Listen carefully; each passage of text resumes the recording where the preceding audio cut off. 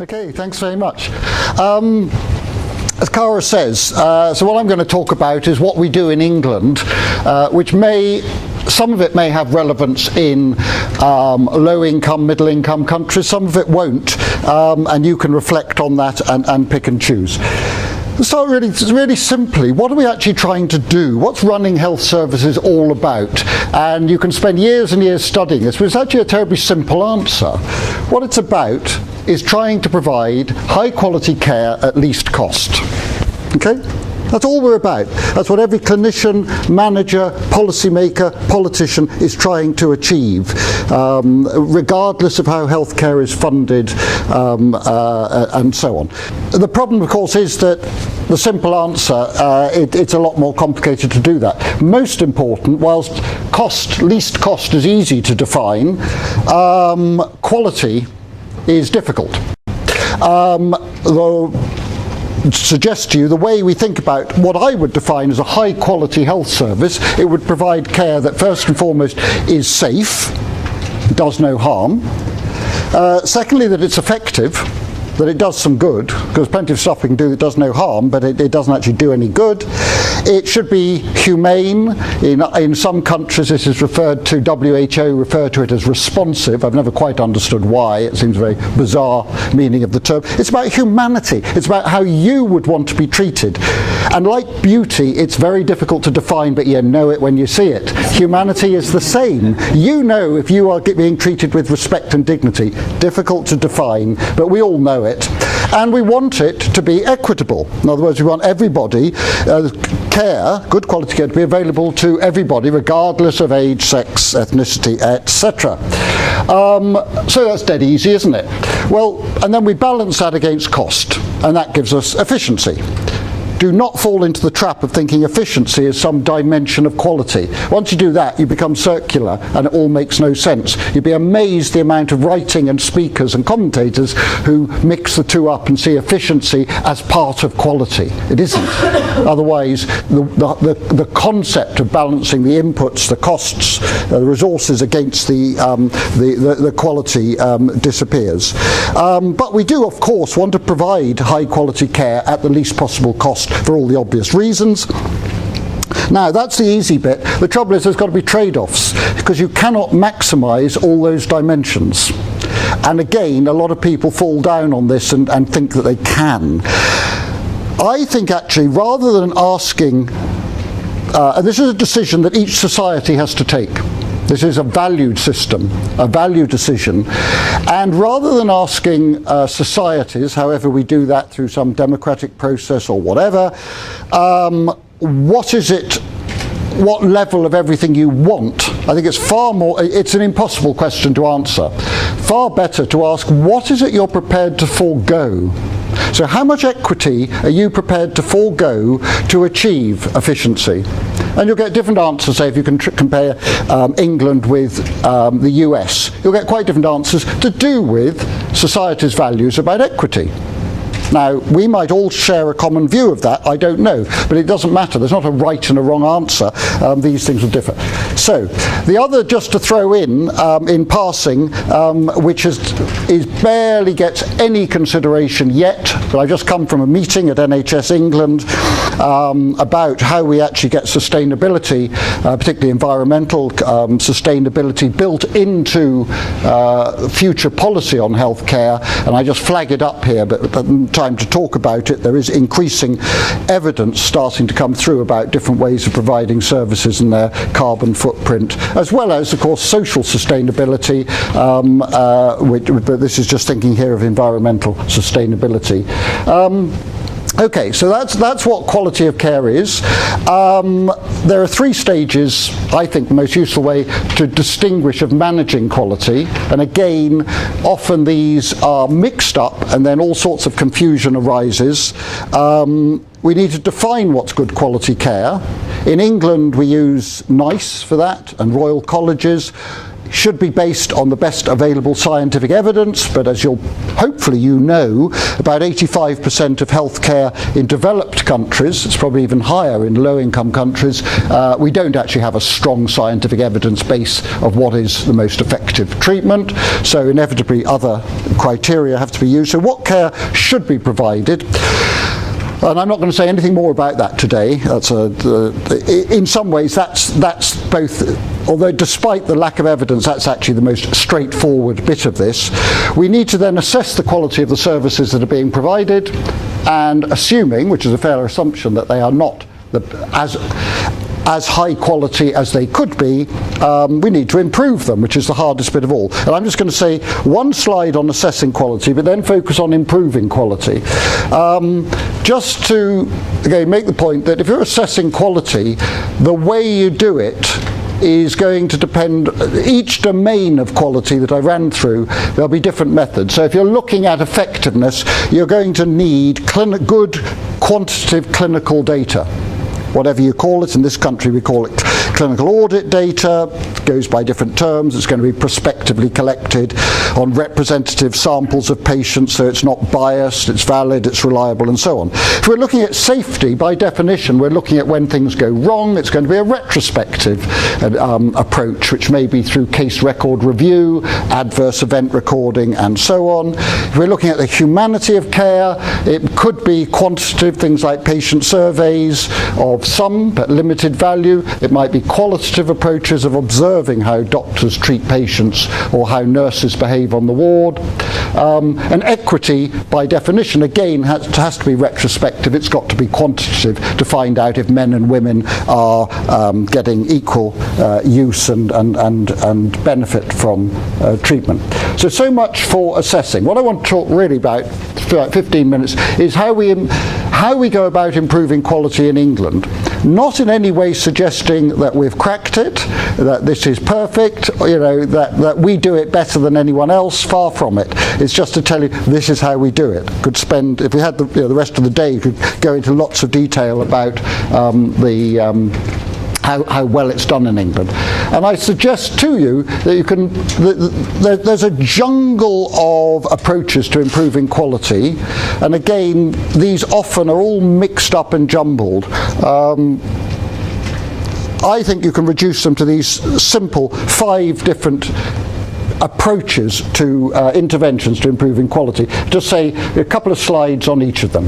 Education, or often re-education of staff who have been trained for years, is usually the answer that people reach for straight away, and they're wrong.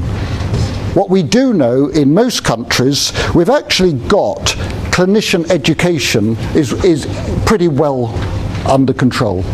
On the whole, I'm sure there are countries where young doctors coming out of medical schools aren't very good. I'm not sure there are very many actually. On the whole, we do basic medical education, nurse education. People come into healthcare and health services knowing what they should be doing. There is not a cognitive deficit there. What happens is, and we all do it, and any of you who have ever worked clinically will know, is you tend to take shortcuts. Because you've got a queue at the door of patients, you don't do it by the textbook as you were taught to do it, because that takes 15 minutes. You work out to do it in 5 minutes. Perfectly understandable. But what it does mean is that if there's a problem with the quality of care, it's not about drumming into those people what they should be doing. They know what they should be doing. It's some system solutions about that. And of course the methods, you'll be familiar with lots of them. This is an example of an educational method, very traditional, of seminars, lectures. There's guidelines, cost awareness and so on, which I haven't got time to. What I would point out though is that traditionally, education is focused very much on staff. Where there is huge scope is education of patients. Certainly in developed countries, it is now recognised that the only way you can provide health services of a high quality within a reasonable envelope of funds is through, to use the jargon, co-production of health. That it's got to be clinicians helping patients, particularly with long-term, not with a broken leg, of course not, but that's a tiny bit of healthcare. Most of it's diabetes and other long-term conditions, and it's about that self-management, expert patient programs and so on. And also the beauty of that is that you move from the traditional approach of the doctor telling the patient what's going to happen, with the patient barely understanding what's happening to them, to shared decision making. I don't for a moment suggest that in England we are anywhere close to universal shared decision making, and any of you who have used healthcare in this country in the last in recent past will have your own experiences of to what extent were you actually given information on the different things that could be done, whether it's a test taken or a treatment, and discussed, and you had an input into the different options and were able to make an informed decision. That's what should be happening in a good quality service. But the beauty is there's all sorts of software and IT now that can help with that. Does it actually make a difference? This is a review carried out, published a few years ago, and the answer is the implementation is difficult, it's slow. There have actually been 55 randomised trials on the impact of, but that was then. I mean, there'll be a bunch more since 2009, whenever they did this review. On the whole, what you find is that patients are better informed and are less passive. They do tend to then adhere better to the treatment, so you tend to get better outcomes, and therefore usually better efficiency. And what they tend to do, generally speaking, although this is extending from surgery, and it may not be quite true for other types of medical treatment, is patients tend to want less, which is good news if you're concerned about costs and demand on costs. Generally, the more you involve patients, the less healthcare they actually want to consume. So it's a win-win. Quite significant, 80% of less than 80% of what doctors would have done in terms of surgical rates reduced by 25%. Okay, second approach is incentives, which obviously is closer to what you're focusing on today, as I understand it. Two main types: financial, which is usually what people think about with incentives. Of course, financial incentives, you may have already talked about this today. Implicit in financial incentives is a market competitive ideology, and we'll all have views about how useful competition and market forces are within a service industry that is based to a large extent on altruism, which is healthcare. Education is similar as well. Having said that, there are experiences, and as you won't be surprised if you don't know that in this country, since Thatcher, really, since about 1980, we have shifted, and through New Labour as well, to more use of market forces, financial incentives. The biggest one, which you should be aware of, the Quality and Outcome Framework, which is about the biggest pay-for-performance scheme in the world. It's how we pay our general practitioners. It's about a quarter of their income, 20% of their income comes through this. About £3 billion a year is spent on this. Started in 2004, it's modified as the years have gone by. There's also a thing called CQIN, Commissioning for Quality and Innovation Payment, which is used to try and use financial incentives to drive hospital care in particular directions. Best practice tariff, for instance, a hospital in this country will get a bonus payment on top of their standard reimbursement for dealing with somebody who's fractured their hip if they operate within 36 hours. Why? Because the research evidence suggests that outcomes are better if you operate within 36 hours rather than leaving it 3-4 days of a person lying on the ward. So they are used. The other type of incentive, of course, is what I've called is socio-behavioural. You can call it what you like. It's essentially the things that motivate me and probably motivate most of you as professionals, which is, what do my colleagues think of me? in essence, it comes down to. It's about esteem. And actually, for most of us, once we are paid a reasonable salary, and I'm not for a moment suggesting some of you may well feel aggrieved that you're not paid a reasonable salary, but just assuming that, actually another 5% income, you wouldn't turn it down, but it's not actually decisive. What's far more important is, what do all my colleagues think of me? Am I respected? Am I highly regarded? Do people think I'm doing a good job? That's what motivates most professionals. Admittedly, if they're reasonably well paid. I fully accept if you're really low paid, then actually you'd rather have money than respect. But that's really important, because if you're trying to change your most senior clinicians, who will be in many countries well paid relatively from a societal point of view, money ain't going to make a lot of difference to them, because they're already enjoying a reasonably affluent style of life. So you really want to think about the socio-behavioural.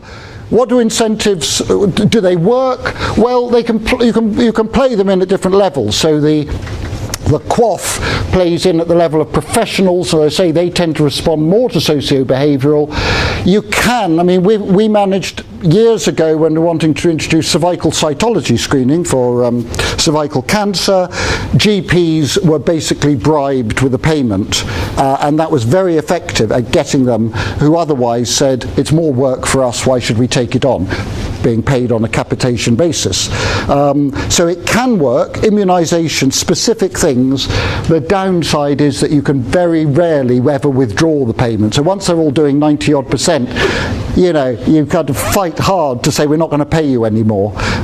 So you've got to be very careful, but it can be very effective.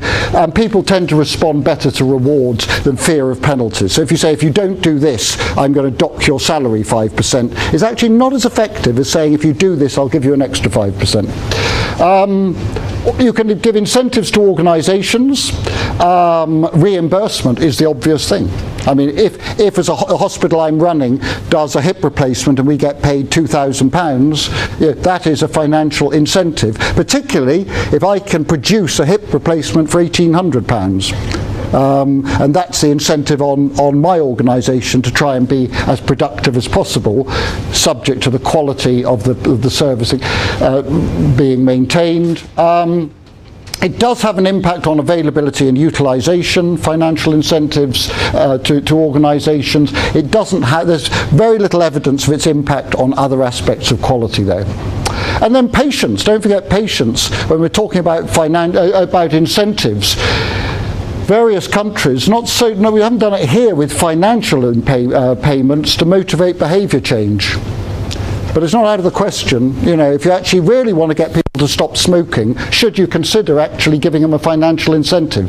Highly controversial, particularly amongst non-smokers who can't get that. They say, well, God, I've been good all my life, and now, these other people have... So, very tricky.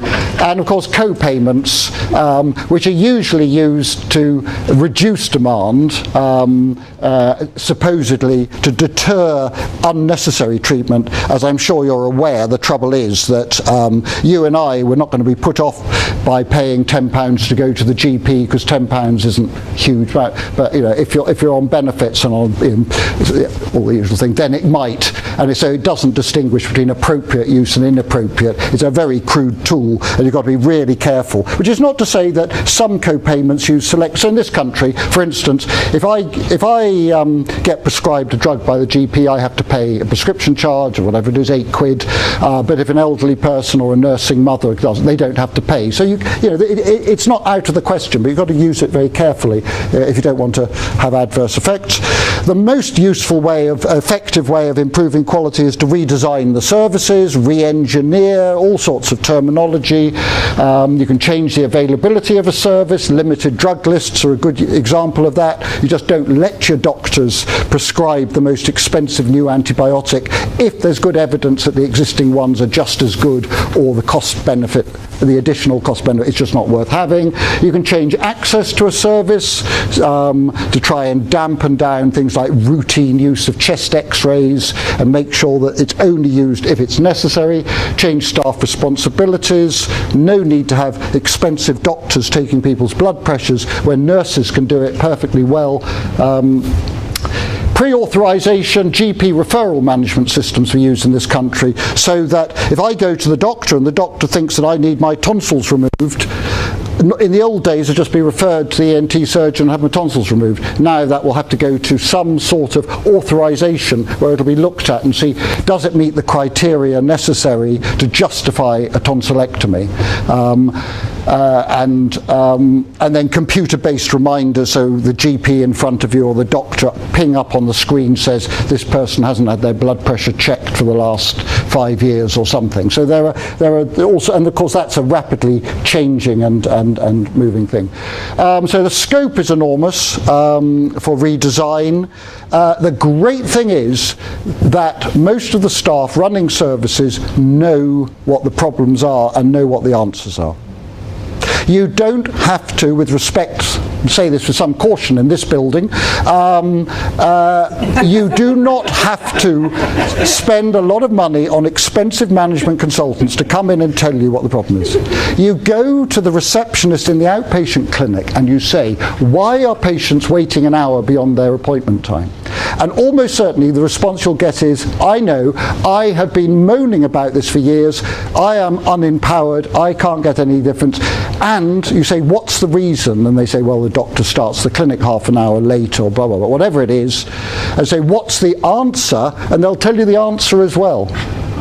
Now, not only is it free, you've also got that person's engagement and ownership with the change. So it's a win-win-win. So just ask people, and it's fantastic. Regulation, I just caught the end of the previous speaker's comments. I think this, I only saw the last slide, but I think it's consistent with what you are hearing. So we can regulate individuals or we can regulate organisations, institutions. On individuals, we regulate, I think, probably every country in the world. You know, you can't just say, I am a doctor or I am a nurse. Possibly on nursing in some countries you can. You're going to tell me there are examples. But certainly in England, I'll keep to what I know about. I'll let you tell me what goes on elsewhere. But you can't in England suddenly say, I'm a doctor. Well, you can, when people will say, yeah, get out of here. Yeah, so we have very strict licensing, legal requirements, and we have general medical council and nursing midwifery council and so on. And it's compulsory. And then if you want to go on and be a cardiac surgeon or whatever, you get certification through the the professional body in this country, Royal Colleges, similar things in other high-income countries. And then traditionally that was it. So when I qualified years ago, that was it. That allowed me to practice until now. I don't do any clinical practice, you'll be reassured to hear. But I could, I could legally go out and practice clinically. 30 odd years or whatever it is since I did a medical degree. That's all changing, as you've possibly heard, because it's all in revalidation, which is being run by NHS England and Public Health England. So starting just with the doctors to ensure every 5 years that all doctors are fit to practice in effect. And that already exists in some other high-income countries. Or we can regulate institutions. So you can certify whether a hospital, so for instance, the latest technology in cancer treatment, proton beam therapy, the government has just decreed, if you like, certified that the NHS can buy 2 of these machines. They're fabulously expensive, and one will be at a new building for University College Hospital here in London, the other will be at the Christie in Manchester. So if you're running the hospital in Norfolk, forget any idea, we might get into that and we could make it, you might even have a business plan that you think, well, forget it. So on some high tech, there's certification. It's a limited form of regulation. Accreditation is beloved of professional associations, which I think at that point your antennae should go up and say why. I'm not a fan of accreditation. It usually focuses on inputs and structures. It says you've got 4 obstetricians per 10,000 deliveries or something. I'm not that interested. I'm more interested in what's the outcome and what do the women think of the care. Then you might get just as good care with 3. You might need 6. I don't know. It's voluntary. and the organisation has to pay to take part, it can get really expensive and complicated. The other danger is that you go on their website and they're accredited, they've got their kite mark, we're accredited, you know, a bit like a plumber or something, and actually you think, well, when were you accredited? And did it depend on one or two doctors who might have since left? You know, it goes out of date. It's a simple, it appears terribly attractive. Policymakers in this country love it, and the Royal Colleges love it. And then you've got ways of what I called here sort of approval or rating schemes, which includes both inspection and surveillance. And the main inspector we have in England is the Care Quality Commission, and they will do either regular inspections every X years, or they'll do reactive ones when there's concern about a particular trust or whatever it may be, general practice, and now moving into social care as well, a care home. They may be announced or unannounced, the visits, and you can, meanwhile, you can quietly sit in London and look at a whole bunch of quantitative data on measures like waiting times and outcomes, and just surveillance of all the hospital's practices. That's obviously growing rapidly with the developments in IT and developments in data. What impact does regulation have? I think this is where it's consistent.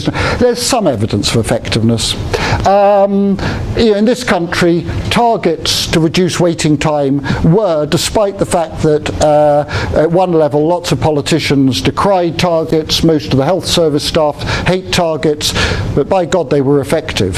You know, the days of people waiting 2 years for an operation disappeared within about 3 years. You know, and they have been just about sustained. You know, very few people will wait more than 3 months for a hip replacement today, even though a lot of that target culture has been removed. It did transform. That's not to say it would all work for everything. It'll work for some things. Inspection can motivate change, it's true, and licensing of professionals, I think, almost certainly does improve quality. You certainly wouldn't think about entry to a profession without licensing.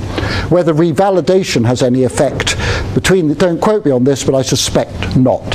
Very expensive, and I suspect that money could be spent in much more effective ways to improve quality than revalidation. Why have we got it? We've got it because of Harold Shipman and Janet Smith and the reports after that, and government politicians saying, you, the profession, have got to do something to put your house in order, and it's going to be revalidation. It's hugely expensive. It's just kicking off now. I'm a skeptic as to whether it's going to actually make much difference. But there we are. We're stuck with it for political reasons. And this, I think, will go very quickly, because I think this is where it does potential adverse effect. It's expensive. It needs to be repeated frequently. Judgments come out of days. It antagonises those regulated, which isn't necessarily the best way of trying to get them to improve their game. Which is not to say that, you know, bad practice shouldn't be sought out and dealt with. Easily discredited. So you come along and you inspect and regulate my hospital, and next week something dreadful happens and we're on the front page of the newspapers. What does that say about the whole regulatory process? And you saw some of that in the last year or two if you've followed the stories going on here. And it can be taken over by those who are regulated, and often is, because it's very difficult to do it without the people you're regulating and their expertise informing it. So there's an example of, you know, surgeons might well say post-operative mortality is what we're going to be regulated on. You go and ask patients and they say, well, not really. Post-operative mortality runs at 0.5%. You know, of course I don't want to die, but actually 99.5% of us are going to live. Actually, it's my quality of life 6 months later. But you say, well, tough. The surgeons have decided that's what we're going to be regulating on. So there's a lot of downsides to regulating. Finally, legal action. It is a bit of a big stick. Litigation varies a lot internationally. Traditionally, we haven't used litigation a lot in England, certainly nothing like the US. And there are ongoing debates as to the benefits and costs. The sorts of costs are, it encourages defensive care. So rather than let a woman attempt a natural delivery in childbirth, we won't take any risks. If that child has cerebral palsy, nothing to do with the obstetric care, I am liable, so we'll do a caesarean section. And you know, so there are real problems with litigation, diverts resources from the many to the few. and so on. And it creates workforce shortages. Difficult to get anybody to train in obstetrics in America now. You're in court every week, often on things that are nothing to do with the care you've provided, but you can't ever prove it wasn't. And so, you know, on the other hand, I think there's no bad thing just on your shoulder having that fear that if you really stepped out of line, there could be serious repercussions. It's getting that balance right. So, you know, we've obviously got to have, to protect the public, some accountability, but I don't think we should, you know, we use it particularly as particular. So does any of this work? I mean, that's the bottom line. Does quality improvement work? And it's really difficult to say, because it's very difficult to evaluate quality improvement. I mean, I told you there's some RCTs of some of the financial incentives, but it's really difficult to do RCTs of quality improvement interventions. So happy to explain why that is the case. Therefore, there's real difficulty in attributing causality to any changes and improvements in quality, because lots of things happen at the same time. So I'd be very cautious of anybody who says we brought in this reimbursement and look at the quality went up. You'd want to say, what else happened over these years? You know.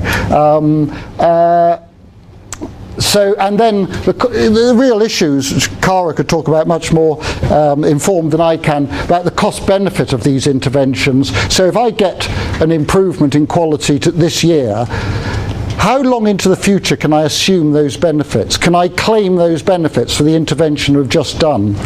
Because probably, on the whole, the good news in healthcare is people don't go backwards. So once you've got the improvement in quality, it tends to stay. You need to keep an eye on that. But, you know, 10 years, 20 years, 100 years, you know, because of course it's going to completely change the cost-benefit ratio, and almost, you know, guaranteed the benefit's going to weigh out, you know, look fantastic. Factors associated with success are these. All of those things, whatever you use, the participants who you're trying to get to change must recognise the need for change. If they don't want to change, if they don't think there's any need for change, forget it. None of these methods are going to have the slightest impact. So that's the first thing. You've got to correctly diagnose the problem.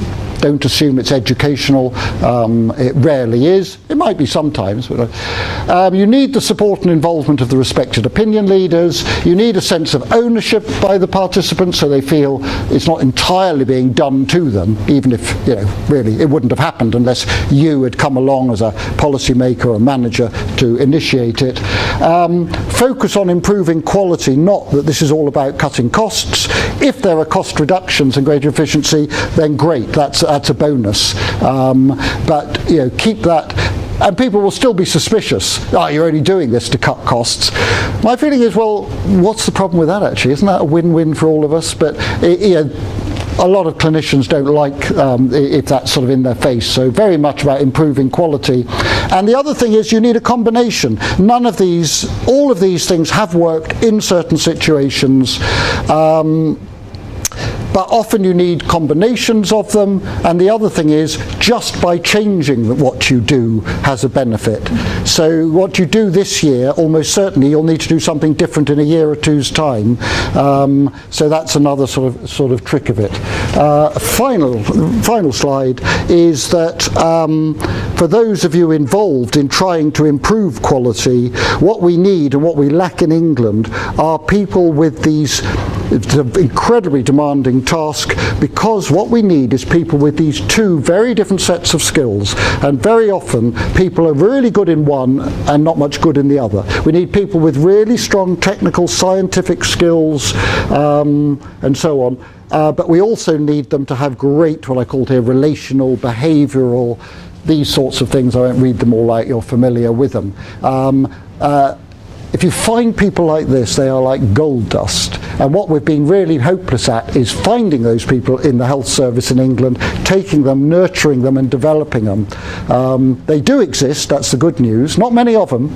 Lots of people who are great technically, lots of people who are great on the relational side, but to get the two. So that's, I would say, is our biggest challenge in England.